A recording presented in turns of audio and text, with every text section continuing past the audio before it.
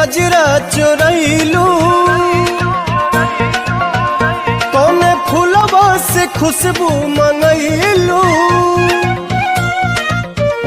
कौने बदरा से कजरा चोरैलू, कौने फूलवा से खुशबू मंगैलू। वे धानी किए हो धानी जिया छछनावेला छागल न दुनिया पागल कैले बा। किए हो धानी जिया छछनावेला छागल न दुनिया पागल कैले बा।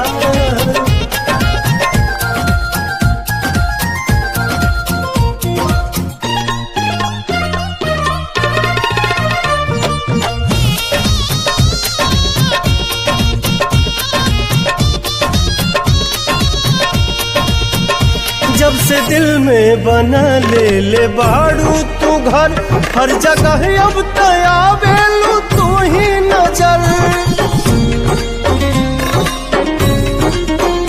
नैना चित चोर ऐसन असर कर गइल, तब से आवाज दिल ही दीवाना भइल।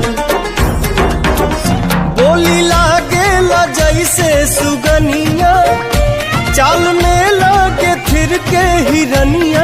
ये धानी लाली लाली बिंदिया त निंदिया गल न दुनिया गल कैले बा। किए हो धानी जिया छछना छागल न दुनिया पागल कैले बा।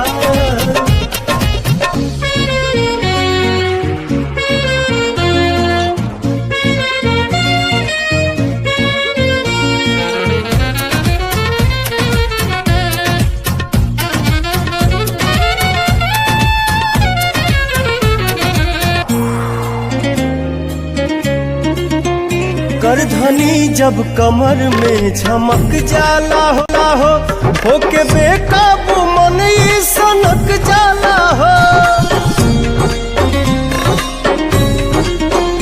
हर अदा हर कला से सहेजल हऊ, हमरा लारानी धरती पे भेजल हऊ।